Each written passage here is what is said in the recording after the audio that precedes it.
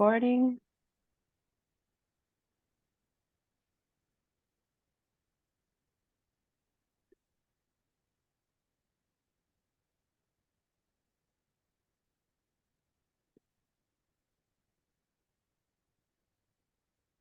So good afternoon. Thank you so much for joining us today. Welcome to our third webinar of this series of research capacity building webinars. And thank you so much again for making the effort to be here. Today we will be speaking about developing research projects, applying for funding, and particularly university community research partnerships. A special thank you to Professor Kristoff, who's here with us and will be sharing some of his valuable experience with us today. We'll begin by giving a short presentation of the BCRC, the Black Community Resource Center. For those of you who are not very familiar with, is as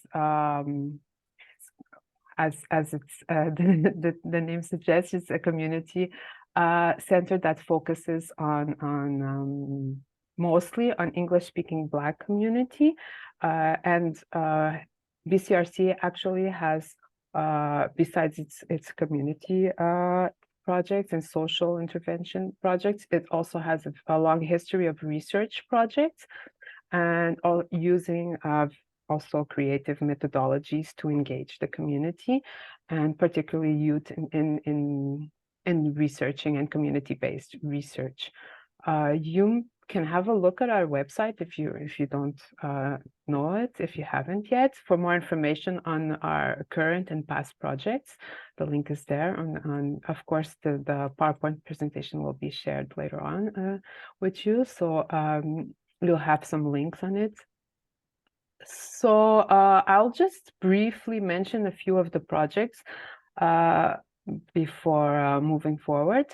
One of the projects that you can see there, the first image, is a book project called Where They Stood, which engaged English-speaking Black youth in the conception of a book.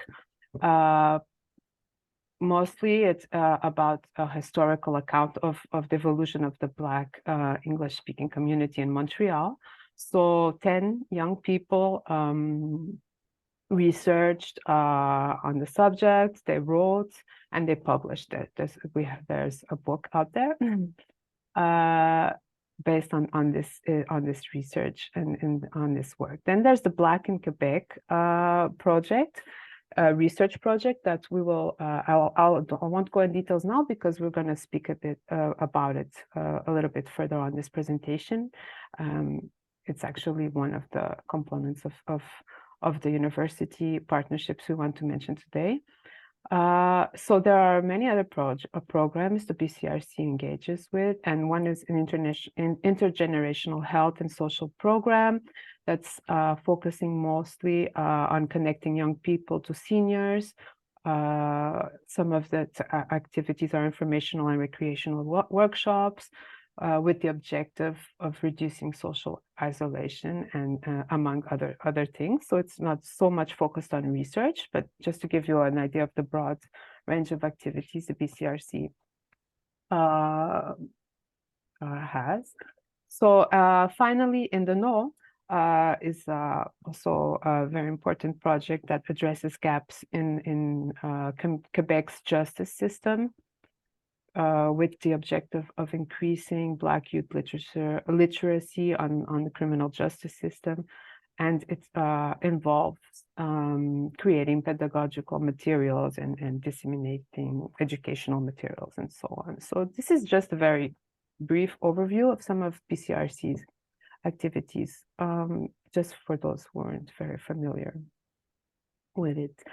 And specifically, one of the programs, and this has to do also very connected to research and to this webinar series.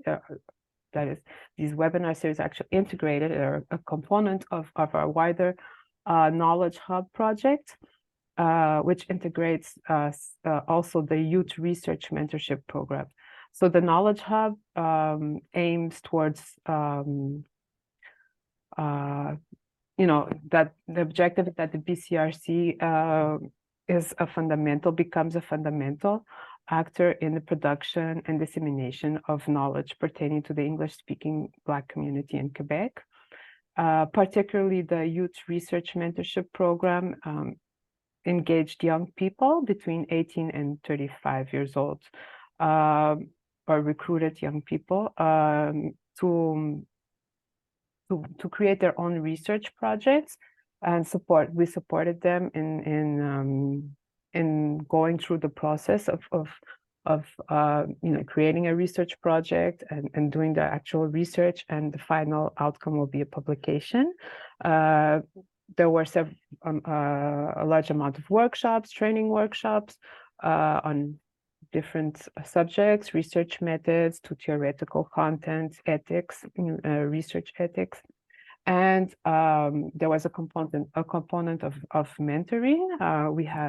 They had peer mentors that they met regularly that had a little bit more experience with research to guide them, and senior mentors, series of mentorship sessions at different stages of the research with experts in the field.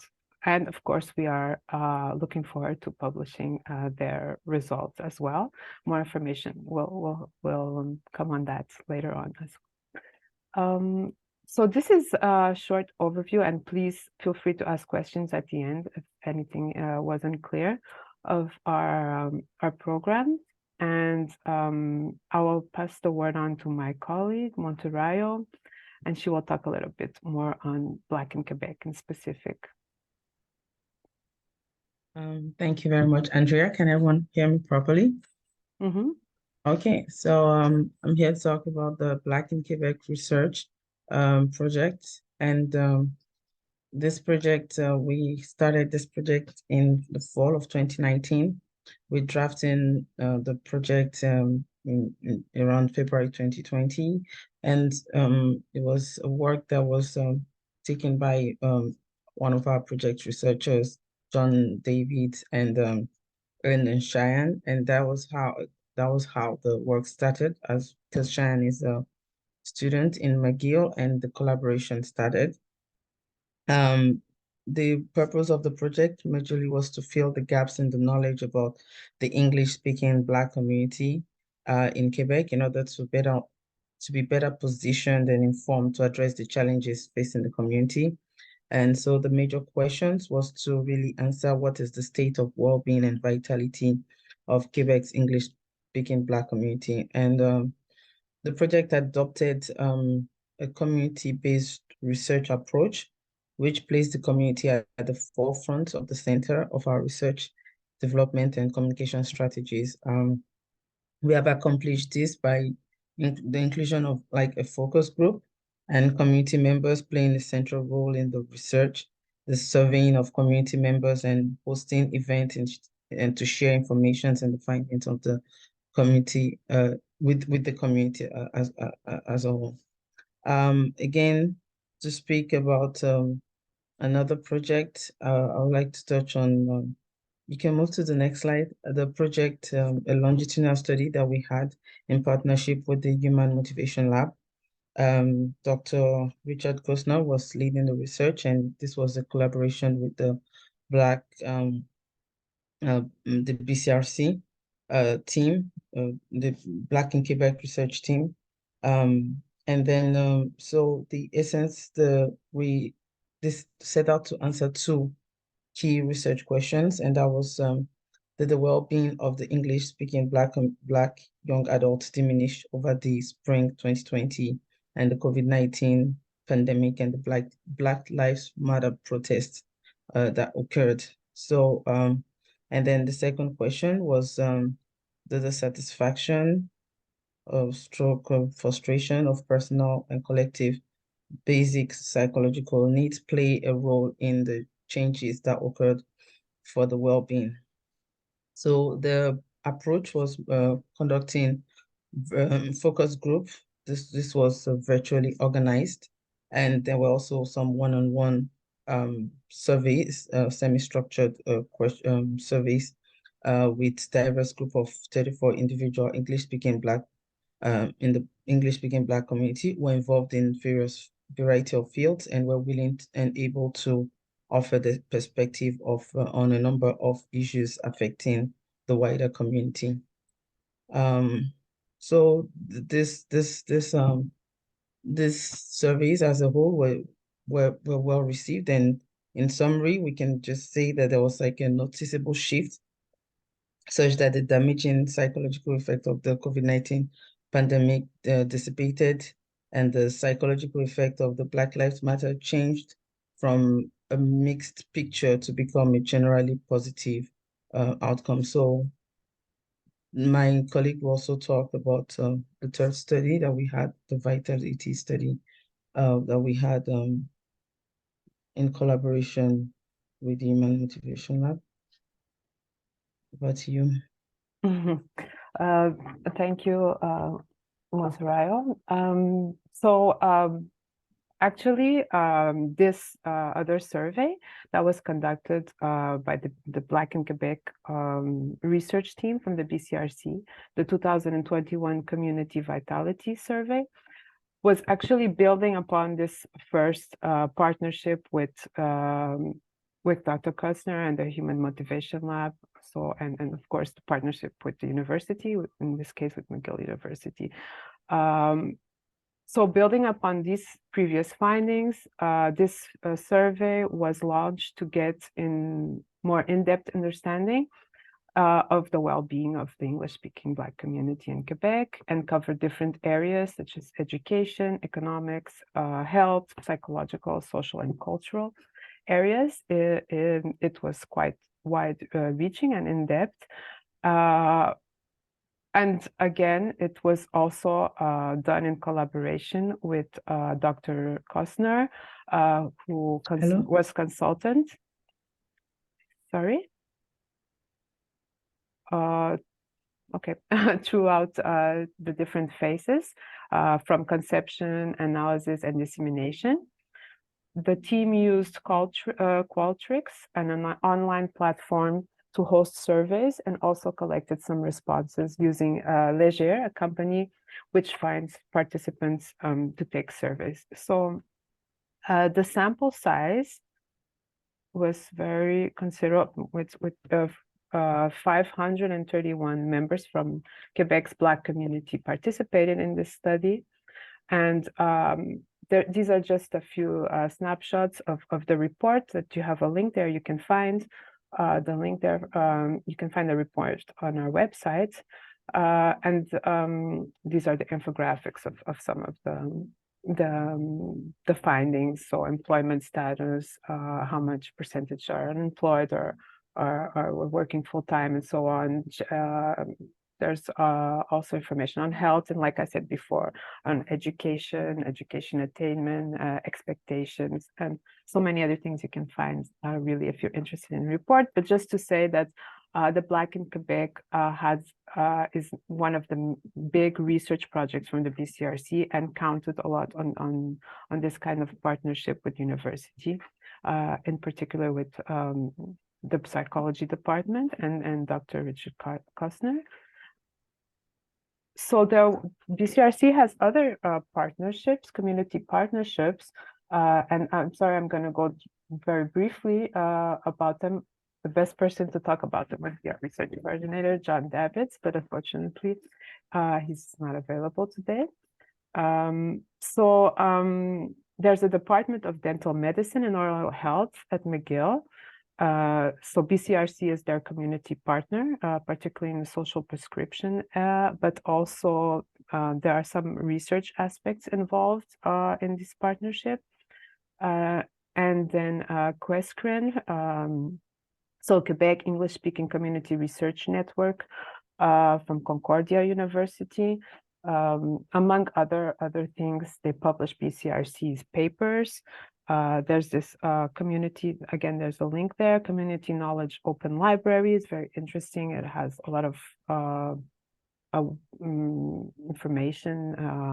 Basically, it's a growing online database storing resources from different groups working with English-speaking communities in Quebec, and includes BCRC naturally, and it's mostly gray literature. So, for example, reports.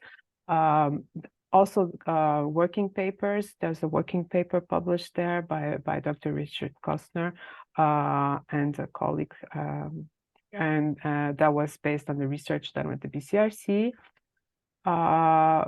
So you can have a look at that later if this interests you. And finally, again with the Department of Psychology, it seems psychology is a strong partner of the BCRC. We have here, thank you again, Dr. Keita, for being here, and for, I'll pass on the word, so I think you can present yourself better than I can. Thanks once more. Oh, of course. So thanks for having me. My name's Kristoff, and like I said, I'm in Department of Psychology at McGill. Just finished up my first year up at McGill, so I'm relatively new to McGill, Montreal, Quebec, Canada overall. But my research generally looks at different factors that influence health and well-being in youth and families of color. So look a lot at different types of racialized stressors, impacts of discrimination at kind of the interpersonal, person-to-person level, as well as kind of structural forms of discrimination embedded within kind of how our societies are organized, things like that. But more so, really, I'm focused on the well-being aspect and look at how different factors related to youth and families' kind of cultural, racial identity and values, beliefs, and behaviors help lead to positive kind of outcomes in terms of health, well-being, vitality, and may kind of protect and provide resilience against the impacts of discrimination across time and development. So I think just given the type of work I do, like interfacing with community organizations like the BCRC is kind of a natural fit. And one thing that just kind of struck me as I was hearing you all kind of talk about the different projects you all have going on, or just the different ways of kind of conducting research and the great information we can get out of those different ways through which we conduct research. So I heard things about kind of surveys, which can give us this really good kind of overview of what's going on at more of a population level. So that project with over 500 Black English-speaking Quebecers, but also kind of focus groups and one-on-one surveys, really digging deep into the specific kind of topic at hand. And I think that coming from kind of an academic background, it's one of the things that we aren't as consistently trained to do is to think about these different ways of learning and different ways of knowing things. A lot of us are kind of trained in a very quantitative, we want big numbers and surveys and people answering yes, no, and how likely to unlikely questions. But I think that something that you all probably see every day in your interactions with community members, and something you can really bring when you form partnerships with people in the university, is that focus on the person and the person's experiences and the kind of meaning that they make about their experiences. I think it's always a challenge for us to kind of not lose the person and, again, meaning making among all of the numbers that we're trained to kind of collect. So I think that's something really cool it seems like the BCRC is doing, and I think that you all just being in the community can have a lot to kind of add in that way. I won't go for too long, so I would love to leave like time for questions or just people, maybe we can go back and forth. But one thing that I've been thinking about a lot just in my short time in terms of getting projects up and off the ground has been kind of how to engage with different communities and different organizations. And I think just through these budding conversations with John at the BCRC, it's been a pretty good model so far. So I can just speak to recent experience of getting really kind of interested in understanding kind of neighborhood factors. How does the neighborhood influence our health and well-being in the day-to-day, right? So And Montreal is a really great example of a city with great diversity in terms of neighborhood characteristics. If you think about population density, socioeconomic status and education, language use and immigration background, all the way to things like easy access to healthcare clinics and school quality and access to different types of resources, green space. So I've just been thinking a lot more about how these different characteristics can really have such a direct impact on youth and families, like day-to-day well-being, but also how they can kind of even have influence how families and different people within these communities relate to each other. So I've been starting to form a team of people at McGill interested in kind of how do we capture these different aspects of neighborhood? How can we pull from different publicly available data sources? There's a lot of data on like Realtor.ca if y'all have ever looked for apartments or houses or things through there. There are a lot of different kind of sources. So how can we kind of aggregate that, capture that, and really get a good understanding of the factors in neighborhoods that influence health and well-being? And just through a couple back and forth emails with John, we were already trying to think of kind of how can we capture things related to segregation and structural racism and structural issues. And I think the BCRC has already had kind of some good ideas in terms of how to integrate what should we be thinking about, maybe different aspects of community violence, maybe amount and number and size of community-based organizations within a given neighborhood or a given geographical area. So I found that just brief exchanges to be very helpful. And I think, again, you guys have a very unique perspective, kind of interfacing with community members, putting on programs. So yeah, I just think there's a lot to add, and I've definitely even personally benefited from it just in informing my thinking and helping us think about how can we, in this case, measure neighborhood characteristics that really matter to the people who are actually living in these neighborhoods, right? We can have our ideas, we can read the scholarly literature, but just understanding people's lived experiences and working with those that have a really good understanding of those lived experiences, I think is invaluable. Maybe enough about my own type of research and ideas and things. I think when I talk to community organizations or people involved in the community in the past, some of the things that I've heard are kind of like, how can we get started? Or like, what are research projects that are kind of worth doing? And even what is research? And I think that kind of people in the community, lay people outside of the academy have a very specific idea of what research is this very kind of sterile process. You collect data, you run your statistics, you publish in papers. But I would just say, if you haven't already, I think there are many different ways to conduct research that's very meaningful, both helpful in pushing kind of science and basic understanding forward, but also helpful and relevant in ways that can feed back and positively impact people in the community. So I think we really need, just everyone needs kind of a broader conceptualization of what research is. And I think that can help us do more impactful work. I have kind of a background in developmental psychology, but also in clinical psychology, and had previously worked in kind of an inpatient unit of a children's hospital. And one of the things that they were doing is just a simple kind of satisfaction program evaluation. What about our kind of intake processes, and what about how we interface with our patients every day, and how our workflows go, and how we track patient outcomes? What about that is working well? What can be improved? Who is really benefiting from what? And are there places where we can kind of work and tighten things up that may not be working as well? I think that in itself is research, and that's research that can have a lot of value, right? So it's identifying a problem, kind of getting an understanding of, a full understanding of what the problem is, what the potential solutions are, why the thing that hasn't been working isn't working, and then kind of trying to come up with a solution to address that problem.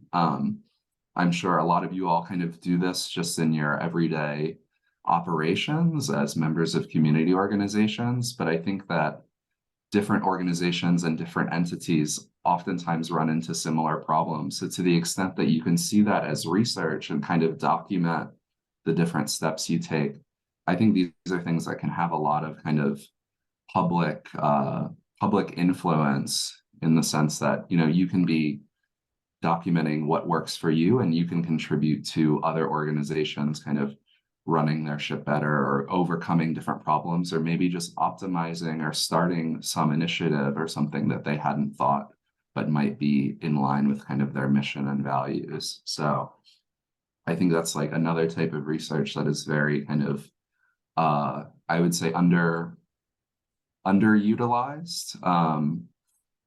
But also I think that you know, there are more traditional ways, and I think that kind of the needs that you all see from the people in the communities you serve every day, those issues, those questions, or those like strengths that you see among the community members you have, those are things that can turn into research and can be shared both in kind of academic spheres and with policy people. I'm going way back in kind of my own training when I was in university, but one of the projects I had the privilege to get involved with was a program evaluation of a nonprofit kind of boxing gym in downtown Detroit in the United States called the Downtown Boxing Gym. And this is a community organization that essentially provided free kind of boxing training, coaching to kids from the Detroit City public schools, and provided free tutoring services for them as well. So they would bus them from school to the gym, and then for the number of hours that they would engage, like doing athletics, doing boxing, they would have an equal number of hours of tutoring programs. And what we went in there to evaluate weren't necessarily issues. The gym is running really well. They had kind of picked up enrollment. 100% of the youth who had been involved in that program had gone to college, which is a much higher rate than is typical for the Detroit public school system. But we were really there to interview, do focus groups with kids, and just see what is kind of working, what has been so influential about this program, what have you really gotten out of it?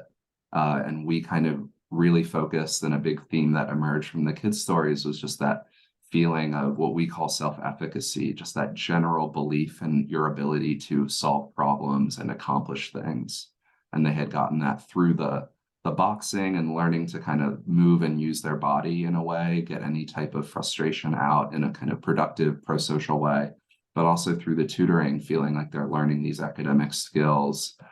They're better able to meet the demands of school, and they're able to kind of think bigger about their future educational goals and aspirations. So I think a lot of our research is problem focused, and I think there are a lot of societal problems that you all are probably engaged in, and problems that we need solutions and money and policy to address. But there are also so many strengths that are really prevalent in communities, especially like racial, ethnic, minoritized communities, which are the ones that I study.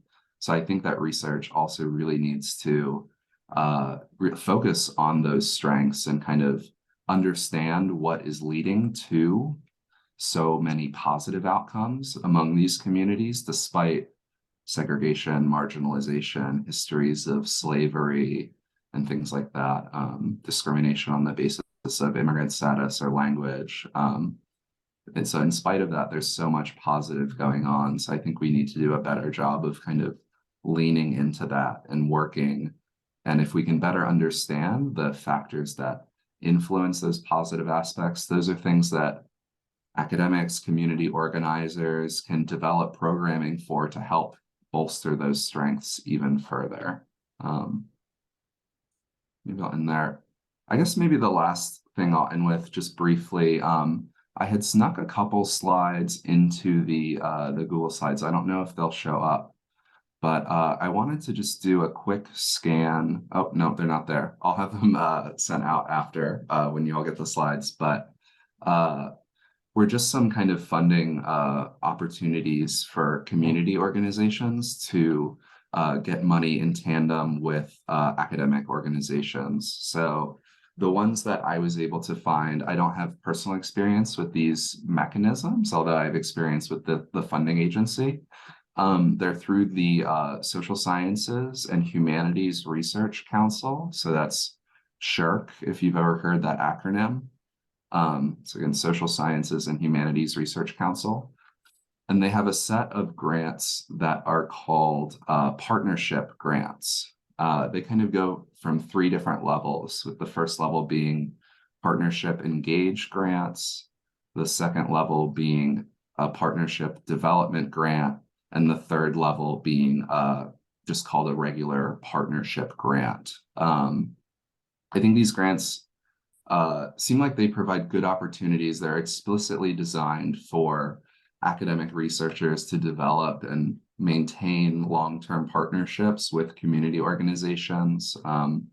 The engaged grants are, at least based on the most recent information, they're relatively smaller, $7,000 to about $25,000 for 1 year. So they're designed for kind of the creation of these short-term partnerships, basically addressing a need or a challenge identified by a community organization. I think they have a little bit quicker of a turnaround relative to other academic grants, which can be slow, just to try to be responsive to community organization needs. So I think that's a good one. If you all are you're interested in bringing in some funding, maybe you've made a new connection with someone in a university or post-secondary institution space. And of the next level up, that partnership development grant, they seem to be for 1 to 3 years, between $75,000 to $200,000 in total. And then I think at the highest level, for those of you who have really kind of established university partnerships that have gone on for a while, are just the regular partnership grant, which are 4 to 7 years. And if you kind of pass this first initial stage application, you can submit grants for up to $2.5 million. So very, very large in scope.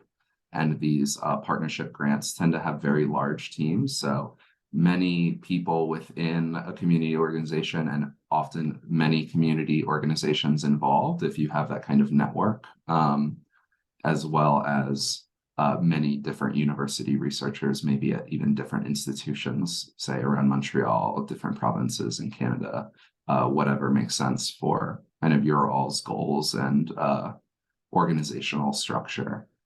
So I'll just kind of leave you all with that. I think I covered a bunch of different things, but I'd love to just kind of open up or talk with you all and see any questions and just kind of engage from there.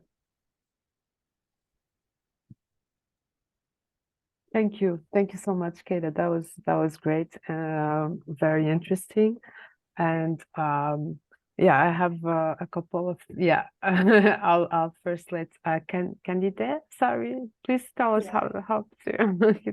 Candida. Okay. Oh, easier than I thought. Hi. So I'm actually a doctoral student also at McGill, conducting research on racial health equity, looking at experiences and perceptions of racial discrimination in healthcare systems in Canada. So I'm coming from, I guess, the researcher perspective as opposed to the community organization perspective. As part of my research, I have attempted to collaborate with various community organizations, some more successful than others. So I guess my question is more so, how do you go about actually creating partnerships or getting various community organizations to understand, I guess, the importance of the work you're doing and for them to want to contribute to your work? Because I can imagine that organizations like the BCRC get multiple requests every day and they have to, pick which ones they actually want to pour their resources into. So how do you make your project stand out or create those partnerships and relationships?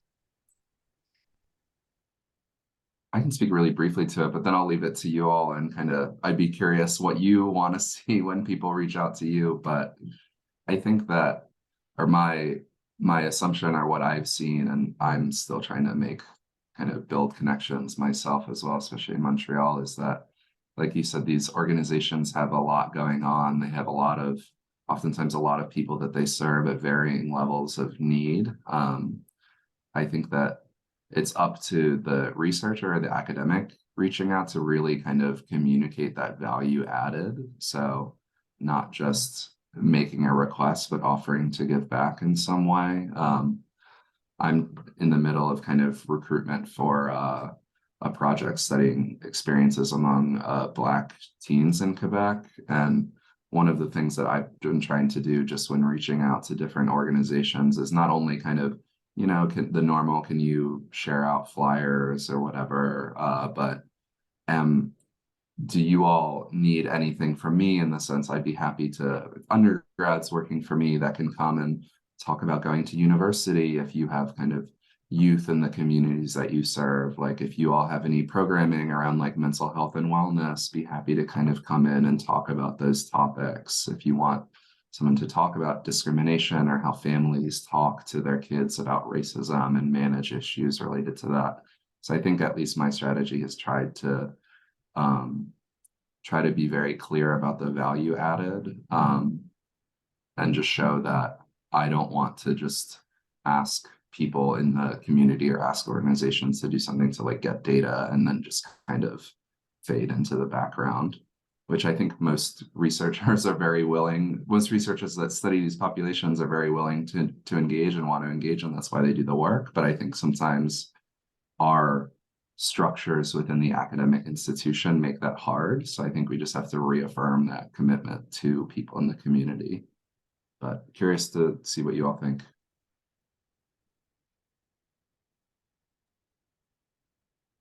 Do you want to go ahead and say something, or I just? Yeah, actually, I had a follow-up question, but it's and I do really like Candy Tier's question to how do you make your let's say proposal stand out in the when you're sending out proposal, how do you make your request stand out amongst others? And for me, the follow-up question would be do you feel like there is a preference among this like the one that you mentioned, the Social Science Humanity Research Council, between qualitative data and quantitative data? Do you feel like they are more likely to want to partner with someone that takes a community-based research approach rather to, someone that is focused on the quantitative? Do you think these are factors that play a role? Yeah. So it's just for me like piggy writing on a question and to just really request for the things that can help establish that connection and that standing out of a pile of applications. So you're talking about in terms of like the funding, if you were to apply for, say, short funding or something like that. I haven't been on the other side. I've submitted not partnership grants, but other grants, but I haven't yet been in the room kind of reviewing different things. I think in general, kind of almost like I opened with, I think in the social sciences, at least historically, there's been a bias towards quantitative work, with qualitative work kind of having this positionality a little bit more in the margins. But I think more and more people are really seeing the value in that. I think there's just so much that our closed questions can't answer that qualitative work can really do a good job of. And qualitative work itself can be really good at helping generate future question or generate ideas and questions that then quantitative work can follow up with and ask in a different way. So I couldn't tell you about like the rates of quantitative versus qualitative projects, but I think one way to kind of hit in the middle would be these mixed method studies, which are also becoming more popular. So we're surveying people, but we're also conducting focus groups with them or one-on-one interviews with them, or we're following up with a subset who are really interesting because of X, Y, and Z, and kind of digging into those experiences more deeply. So I think there are creative ways to kind of combine and put those together. I do think generally there have also been increasing pushes for community engaged work. And I think there's a general recognition that community engaged work looks different from work that isn't community engaged because it has to, right? Like traditional academic work has been explicitly not community engaged, and slapping that way of thinking and doing onto community organizations doesn't fit. So we have to kind of write a different script if we're going to do that.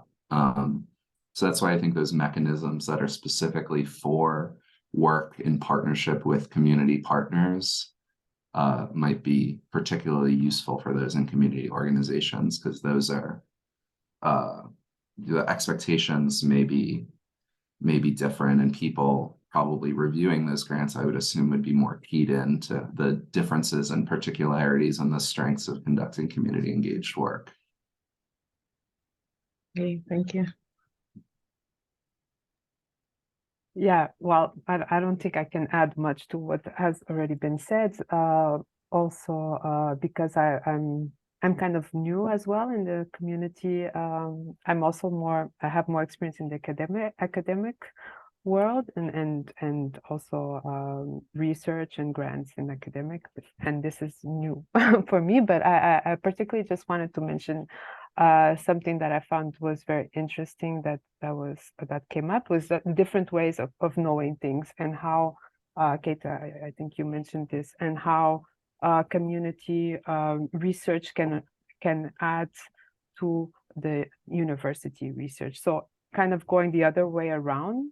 And that was very interesting, because when we presented, we talked about the benefits of BCRC partnering with university, but the partnership, the relationship goes both ways, and it's reciprocal. So of course, and more people are also acknowledging that research is not objective, it's subjective, and it's very dependent on the researcher itself. And so for sure, like it was said, community organizations have this very strong relationship with people themselves, and it's easier to actually get an understanding of what is needed also, because sometimes when you're there and in your bubble in the academia, you think, oh, this would be interesting to know, but what people actually want to know is not if potatoes are blue, but if they're healthy or something. So yeah, that's kind of one point maybe to make, that before developing a research project or plan or something that you hear, and if your intention is to work with community organizations and with communities and have this kind of approach, to hear before, if you have that possibility, to know what are the needs before, and kind of developing or making a proposal itself. I don't know if that's helpful somehow, if that added something, but that was just kind of what I had to add. Candida, and I mean, do you want to continue? add another question, give another answer? Or Are you talking to me? I was asking Candida. I think I said it right. No? I don't think I have another question now, although I did have a thought when sorry, Oyeyemi. Is that your first name? Yeah. Yeah, no, that's my surname. My name is Notario. Okay, Motorayo, sorry. When she was talking about whether or not Shirk has a preference for Qual versus Quan, it's actually interesting because I come from a science background. So normally we would apply to CIHR, where I find there is a very strong preference for quantitative. So now, having come into this realm of health equity and racial or Black studies, I am finding that Shirk does tend to be more lenient for qualitative work. But I think they still, I think that there's this general, what's the word I'm looking for? Just sort of this general belief with, not belief, but this general attitude with within the sciences that quantitative is the superior method, because historically that is what has been used. And I think it's just a bias that we need to work towards removing from the system as a whole. But I think if you're comparing all of the different funding agencies, SSHRC is the one that is most likely to fund qualitative research. I think you just have to make an effort to show its impact to a larger population. Yeah, I totally agree with you. I'm also from a science background, and I've always had that mindset. But I'm beginning to realize that the one distinct value that qualitative research adds is that no one else can tell that story that particular way, because it's primary data, and it's really focused on the people, and so it has that in-depth digging that it goes into that the quantitative sometimes does not offer or is not able to cover. And then I had another point to say about the value addition. So I'm also new to BCRC, but I'm really realizing that one of the selling points for the organization is the youth that they've been engaging with. They have like a pool of young Black people that they've been engaging with over the years. And so every time you come out, you put that in the proposal, that you have these people that you over the years with different projects have been, engaging with this community, that you have like a firm relationship with. And if the organization or the body that is about to fund is able to see and you've established a relationship, it's a strong value addition that kind of like pedals promotes the organization itself. So even that, yeah, just really looking for that that juice, I'll call it, kind of like helps to get the attraction, because yeah, BCRC over the time has become like, I won't call it a portal, but like to reach out to the Black community in Quebec. I do have another question from Keita. I believe you're from the States, so I don't know how much experience you have with navigating the Canadian funding system, but understanding that Canada is quite far behind when it comes to just talking about racism, if we're comparing ourselves to the States, how do you navigate these systems, like in terms of the language that you use, to not come off, I guess, too political, but still trying to show that it is a very political problem at the same time? Yeah, I was born and raised in the States, so, and I think have quickly, through conversations with BCRC and just living in Montreal, like learning more and more about the different kind of context and comfortability talking about different issues.